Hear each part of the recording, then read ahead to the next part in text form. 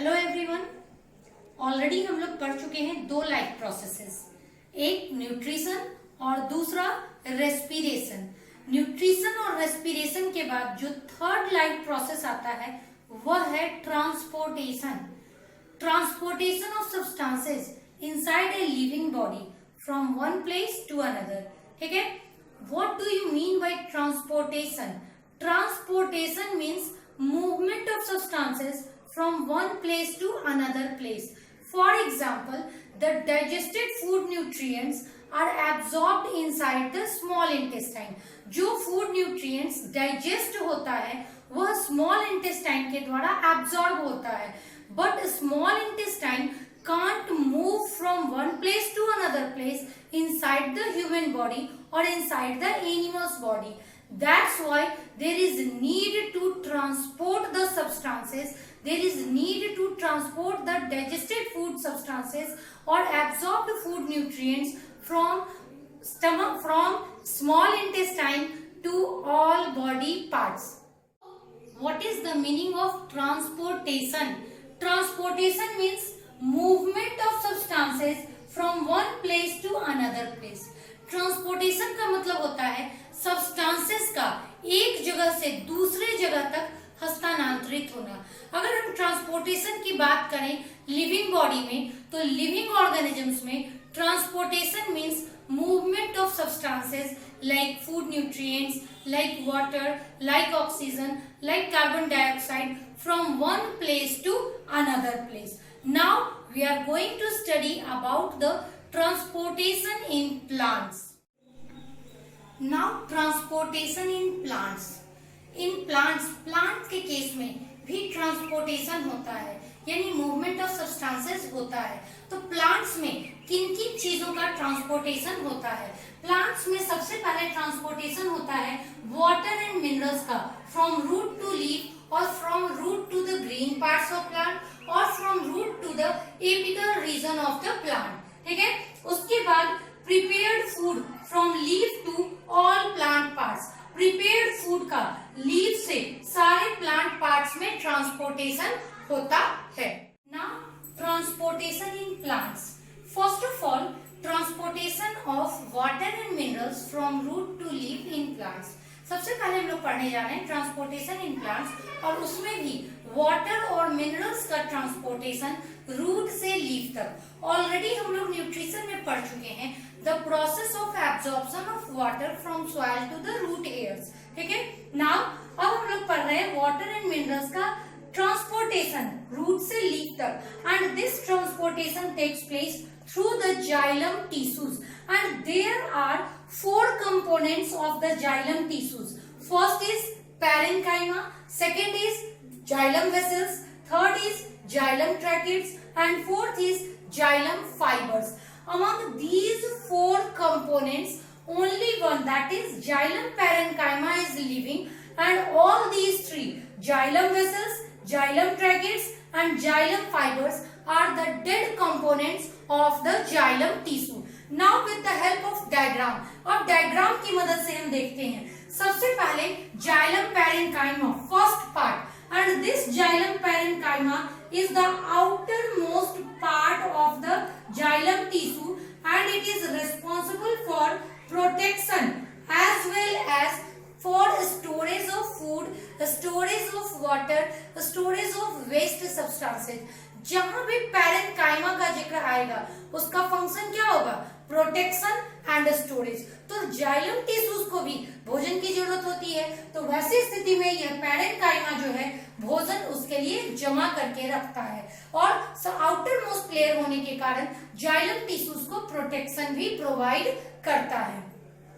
अब उसके बाद है दूसरा जाइलम वेसल्स. यह जाइलम वेसल्स पैरेन्काइमा के बाद लॉन्ग ट्यूबुलर स्ट्रक्चर होता है, और यह लॉन्ग ट्यूबुलर स्ट्रक्चर एक के ऊपर एक सिचुएटेड होता है, और इस तरह से यह लॉन्ग पाइप ट्यूब का फॉर्मेशन करता है. चूंकि यह डेड पार्ट है, ठीक है, और ऑलरेडी न्यूट्रिशन लेसन में पढ़े थे ascent of SAP. It means the upward movement of water against gravitational pull is known as ascent of sap. So ascent of sap means the upward movement of water against gravitational pull. तो gravitational पुल के against जो upward movement of water होता है वह xylem vessels में होता है। It means यही जाइलम वेसल्स रिस्पॉन्सिबल होता है वाटर को रूट से लीफ तक पहुंचाने के लिए। And the movement of water in xylem vessels is always unidirectional. It means it only flows from downward to upward direction. कहीं भी इसका backward flow नहीं होगा। Next is xylem tracheids. Xylem tracheids are the structures having tapered end. इस तरह से closed end वाला, दोनों ओर से बंद मुंह वाला cells होता है जो कि dead cells है। And these tracheids do not carry water from root to leaf. These tracheids जो है वह वाटर को रूट से लीफ तक पहुंचाने का काम बिल्कुल नहीं करता। तो यह काम क्या करता है? यह जाइलम वेसल्स के इस ज्वाइंट पर प्रेजेंट जो पोर्स हैं उसकी मदद से यह लिटिल अमाउंट ऑफ वाटर को लेता है by the process of diffusion. Diffusion process के द्वारा यह little amount of water xylem vessels के ज्वाइंट्स वाले रीजन से पोर्स से लेता है और जो अगल बगल के सेल्स हैं, स्टेम के, रूट के, जो नियर बाय सेल्स हैं, उन सबको मॉइस्चर्ड रखने का, हाइड्रेटेड रखने का काम यह जाइलम ट्रैकेट्स करता है। यह कभी भी वाटर का ट्रांसपोर्टेशन रूट से लीफ तक नहीं करता। फोर्थ पार्ट है xylem fibre. This is also the dead component of the xylem tissue. And what is the function of fibre? अब फाइबर का क्या काम है?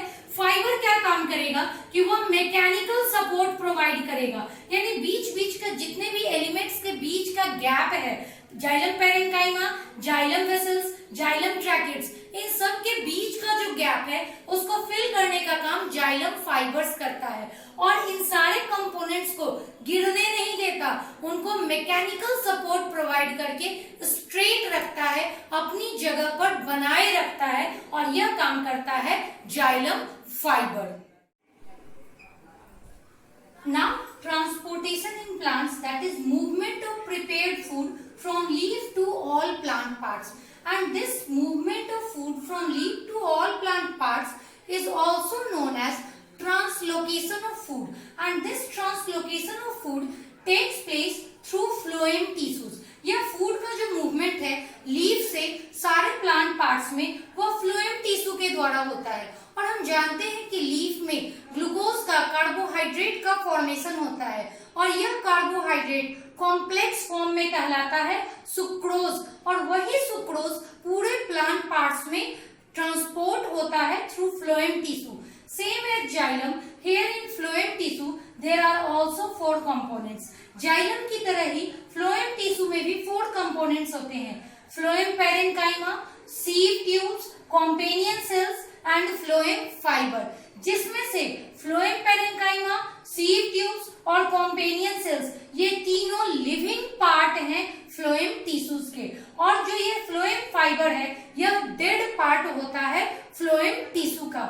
नाउ फंक्शन, अब हर एक कंपोनेंट का function and contribution in movement of food यहाँ डायग्राम में देखते हैं। सबसे पहले फ्लोएम पैरेन्काइमा, यह फ्लोएम पैरेन्काइमा, फिर आउटर मोस्ट कवरिंग होगा। जहां भी पैरेन्काइमा का नाम आया it means it is responsible for storage of food and also for protection. तो यह आउटर मोस्ट कवरिंग होगा फ्लोएम का और यह प्रोटेक्शन देने का और फूड स्टोरेज का, सब्सटेंसेस को स्टोर करके रखने का काम करेगा।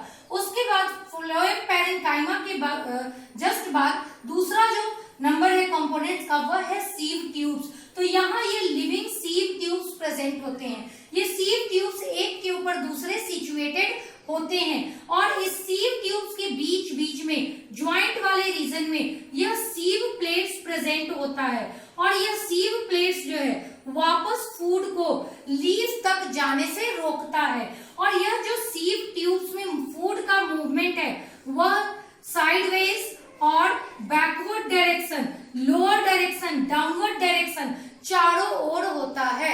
It means the movement of food in sieve tube is multi directional. ठीक है, जाइलम वेसल्स में वाटर का मूवमेंट यूनिडायरेक्शनल था, केवल नीचे से ऊपर की ओर, लेकिन सीव ट्यूब्स में फूड का जो मूवमेंट है वो मल्टी डायरेक्शनल डायरेक्शनल होता है, यानी डाउनवर्ड डायरेक्शन में भी, साइडवेज डायरेक्शन में भी, हर तरफ फूड का मूवमेंट सीव ट्यूब से होता है। और सीव ट्यूब्स के जॉइंट की इस जगह पे सीव प्लेट्स प्रेजेंट होते हैं जो कि फूड को वापस लीफ तक जाने नहीं देते, बैकवर्ड फ्लो ऑफ फूड को कंट्रोल करते हैं। तीसरा है कॉम्पेनियन सेल। यह कॉम्पेनियन सेल साथ में प्रेजेंट है, यह डिसकंटिन्यूअस है, कहीं से भी यह कंटिन्यूअसली लीफ टू रूट या लीफ टू ब्रांचेस तक नहीं पहुंचता, तो यह डिसकंटिन्यूअस होता है।